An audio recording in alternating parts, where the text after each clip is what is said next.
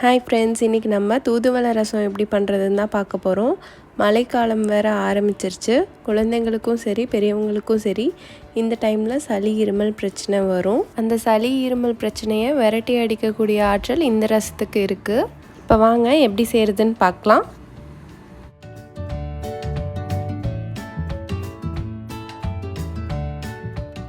எங்கள் வீட்லேயே தூதுவளை செடி இருக்குது. அதுலேருந்து தான் இன்றைக்கி தூதுவளை இலையை பொறிச்சிக்க போகிறோம்.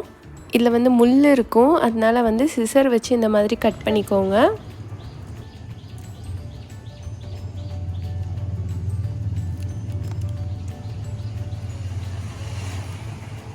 இன்றைக்கி 2 தக்காளி, ஒரு சின்ன நெல்லிக்காய் சைஸ் அளவுக்கு புளியும் போட்டு ஒரு 1/2 டம்ளர் அளவுக்கு தண்ணி ஊற்றி வேக வச்சு எடுத்து வச்சுருக்கேன். நம்ம பறித்த தூதுவளையை இந்த மாதிரி நைஸாக பேஸ்ட் மாதிரி அரைச்சி எடுத்துக்கிட்டேன். ஒரு 10லேருந்து 12 இலை எடுத்திருந்தேன். அடுத்தது பார்த்திங்கன்னா ஒரு காஞ்ச மிளகாய், கொஞ்சமாக கருவேப்பிலை எடுத்திருக்கேன். ஒரு 5 பல்லு பூண்டை தட்டி வச்சுருக்கேன். அதே மாதிரி 1 டீஸ்பூன் மிளகு, 1 டீஸ்பூன் சீரகம் இதையும் தட்டி வச்சுருக்கேன். இது பார்த்திங்கன்னா நம்ம வேக வச்சுருந்த தக்காளியும் புளியையும் கரைச்சி வச்சுருக்கேன் 1 டம்ளர் தண்ணி ஊற்றி. அப்புறம் கொஞ்சமாக பெருங்காயத்தூள். நம்ம தக்காளியும் புளியும் போட்டு கரைச்சி வச்சுருந்ததுக்குள்ளே உப்பு ஆட் பண்ணிக்கலாம். அடுத்தது மஞ்சள்தூள் கொஞ்சம் ஆட் பண்ணிக்கலாம். அடுத்தது சீரகம், மிளகு, பூண்டு தட்டி வச்சுருந்தோம்ல அதையும் ஆட் பண்ணிக்கலாம். இப்போ அரைச்சி வச்சுருந்த அந்த தூதுவளை பேஸ்ட்டையும் ஆட் பண்ணிக்கலாம். இப்போ இது எல்லாத்தையும் நல்லா மிக்ஸ் பண்ணி வச்சுக்கலாம்.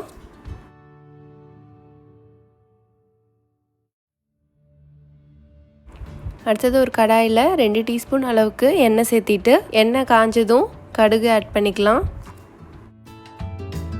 கடுகு வெடித்ததும் மிளகாயும் கருவேப்பிலையும் ஆட் பண்ணிக்கலாம். மிளகாயும் கருவேப்பிலையும் நிறம் மாறினதுக்கப்புறம் நம்ம கலந்து வச்சுருந்த அந்த ரசத்தை ஆட் பண்ணிக்கலாம்.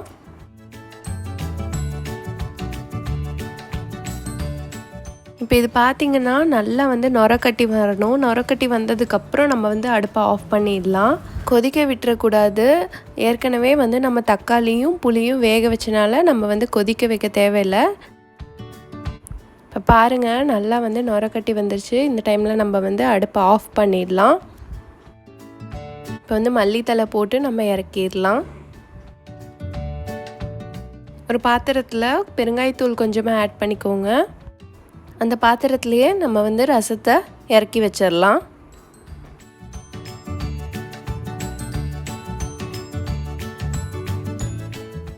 அவ்வளவுதான், நம்ம ஈஸியான ஹெல்தியான தூதுவளை ரசம் ரெடி ஆயிடுச்சு.